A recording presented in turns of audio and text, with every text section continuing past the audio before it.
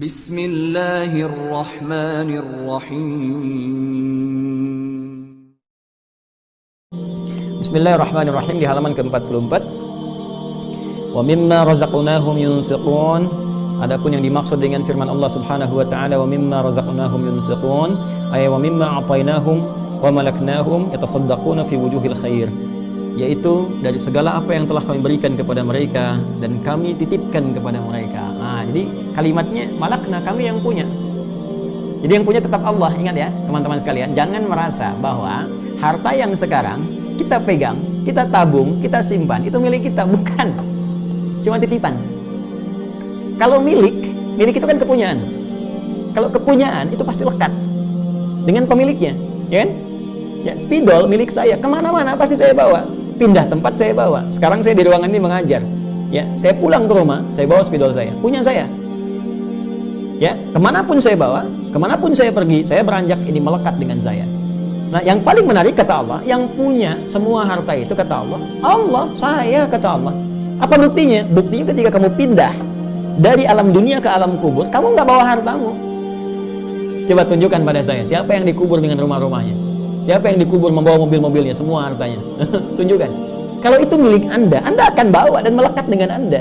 Tapi tanda yang Allah ingin berikan langsung di hadapan kita, ainal yaqin.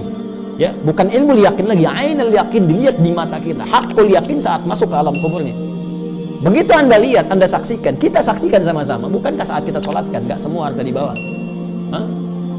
Coba lihat, kecuali kain kafan, ya kan? Alam kubur itu pun selesai. Coba lihat. Ini, ya Allah, astagfirullah. Semoga Allah berikan petunjuk kepada kita. Orang-orang yang terjebak dengan kehidupan dunia, berangkat gelap, pulang gelap, hanya untuk mengumpulkan harta benda saja. Kalau nggak terarah harta itu, kalau nggak benar penggunaannya, rugi. Karena cuma titipan. Dikasih modal, harta, buat beramal, buat tijarah, buat bisnis nih, supaya untung saat pulang kepada Allah dapat keuntungan. Ya, Anda dikasih modal tapi nggak digunakan dengan baik, alih-alih digunakan untuk berkreasi dapat keuntungan, Anda gunakan foya-foya sana sini, ada yang pakai judi, pakai ini, pakai itu, habis harta, perusahaan hancur semua. Anda aja merasa nggak nikmat. Sekarang Allah kasih modal, Anda sia-siakan. Perbanyak, hitung.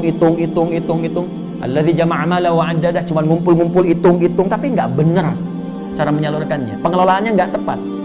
Maka ketika pulang nggak ada yang punya nilai.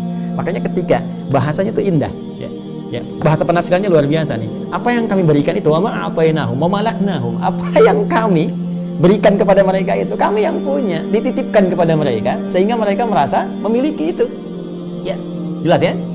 Baik, jadi ingat, harta titipan, ilmu titipan, kedudukan titipan, semua punya pertanggungjawaban di hadapan Allah Subhanahu wa taala. Yatasaddaquna fi wujuhil khair.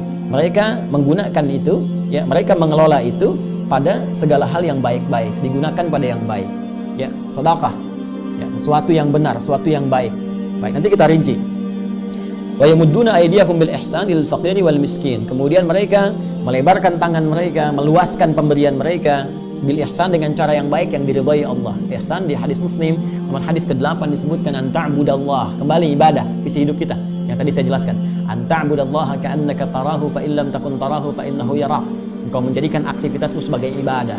Nah, sekarang itu komitmen kita, visi kita, misi kita, hidup kita di situ. Kita dititipkan harta, bagaimana caranya harta jadi ibadah? Diberikan kepada istri, dikelola di rumah tangga jadi ibadah. Diberikan kendaraan jadi ibadah. Diberikan sepeda mengantarkan pada ibadah. Diberikan mobil mengantarkan pada ibadah. Diberikan pakaian digunakan untuk ibadah. Buka lemari pakaian Anda. Dari sekian pakaian yang telah dikoleksi, berapa di antara pakaian yang belum pernah dipakai ibadah? Jangan-jangan ada yang belum pernah dipakai sholat. Lihat koleksi alas kaki Anda, sepatu, sendal yang sudah dipakai kondangan, dipakai setahun sekali, pernah nggak dipakai ke majelis ta'lim, dipakai menunaikan ibadah, pakai ke masjid. Lihat, itu akan dihisab. Jelas. Baik, jadi segala hal jadikan sebagai ibadah dan lakukan semua karena Allah. Seakan-akan ya kita sadar Allah mengawasi kita walaupun kita tak mampu melihatnya. Ya, anta'budallaha ka'annaka tarahu fa illam takun tarahu fa innahu yarak. Ilal faqiri wal miskin, kepada orang yang membutuhkan, baik dalam kalangan yang sangat membutuhkannya ataupun yang punya keterbatasan, dia punya pekerjaan tapi tak mampu memenuhi hajat hidupnya. Sekarang dirinci. Warizqu 'inda jumhuril ulama. Adapun pengertian rizki ini. Ya, wa mimma razaqnahum. Sebelum kita masuk ke infak, kita terangkan rizki dulu. Dari sebagian rizki, dari rizki yang banyak yang kami berikan, kami titipkan kepada mereka, itu mereka infakkan. Apa itu rizki? Wa rizqu 'inda jumhuril ulama. Adapun yang dimaksud dengan rizki menurut pemahaman mayoritas ulama, ma salaha lil intifa' bihi halalan kana aw harama. Baik. Ma salaha lil intifa' bihi, segala yang baik untuk dimanfaatkan. Jadi luas nih, ini masih luas. Ya. Halalan kana aw haraman. Fokus. Segala yang baik untuk dimanfaatkan. Ma salaha lil intifa' bihi. Jadi maknya kembali ke tadi saya terangkan, ma ini menunjukkan aspek yang luas, banyak, banyak. Jadi kalau kita bicara tentang rezeki, pemaknaan rezeki itu masih luas, banyak maknanya. Kalau rezeki ya, masih luas. Awas, nanti beda dengan infak. Awas, hati-hati. Rezeki itu sifatnya luas. Ada yang sifatnya materi, yang berwujud, ya bisa dipegang, kan? Ya bisa digunakan beraktivitas, bisa dikreasikan. Di sini kita tuliskan uang. Nah, itu rezeki. Makanan itu rezeki. Ya, pakaian itu rezeki. Sandang, pangan, papan itu rezeki. Ada yang sifatnya wujudnya tak terlihat langsung, tapi terasa. Bagian yang bermanfaat dalam kehidupan kita. Tadi masaluhal lintifa, hal yang sangat bermanfaat. Ya, hal yang baik yang bisa dimanfaatkan. Apa diantara yang wujudnya immateri? Ya, tak tampak langsung, bisa kita pegang, wujudnya nyata, bisa kita kreasikan misalnya. Apa diantaranya? Kesehatan, itu rezeki. Kebahagiaan, itu rezeki. Ya. Kaya, itu penting, itu rezeki. Tapi bahagia pun, itu penting. Coba, pilih mana? Pilih mana? Kaya, tapi gelisah, atau miskin, tapi tenang?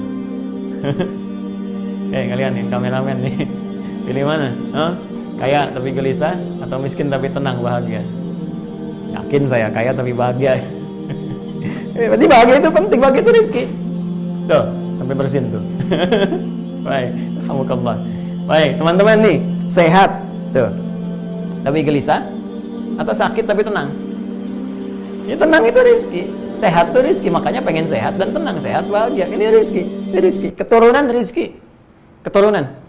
Ya, makanya Nabi Zakaria alaihissalam cukup, pakaian cukup, makanan cukup, keturunan belum ada, minta sama Allah Subhanahu wa taala. Begitu melihat Maryam, ya, mendapatkan rezeki dari Allah berupa yang pakaian, berupa makanan, khususnya makanan, kebutuhan-kebutuhannya di Ali Imran ayat 37 itu, ya, fataqabbalaha rabbuha biqabulin hasanin wa ambataha nabatan hasana wa kafalaha Zakaria kullama dakhala 'alaiha Zakaria al-mihraba wajada 'indaha rizqa. Qala ya Maryam anna laki hadha? Qalat huwa min 'indillah. Innallaha yarzuqu man yasha' bighairi hisab. Ya, pamannya setiap kali mengantarkan kebutuhan ada semua rezekinya, disebutkan rezekinya berupa makanan, berupa kebutuhan Maryam, ada yang materi. Tapi ketika bertanya dari mana semua ini, jawaban Maryam jadi umum dari Allah. Allah memberikan, ini sifat keumumannya, keumuman rezeki yang saya maksudkan. Innallaha yarzuqu may yasha. Allah akan memberi rezeki pada siapapun yang Ia kehendaki, bighairi hisab, tanpa batasan.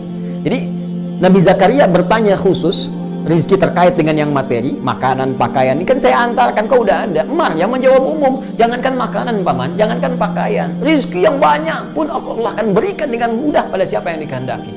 Maka Nabi Zakaria mengikuti jejaknya Maryam. Bagaimana bisa mendapatkan ini? Saya makanan cukup, pakaian cukup, yang belum ada keturunan. Maka minta, sholat tadi mihrabnya itu. Di ayat 38-39 itu kan?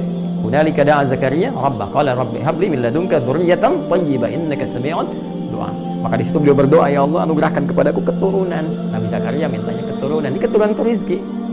Ya, keturunan rezeki. Jadi kalau rezeki itu masih luas sifatnya.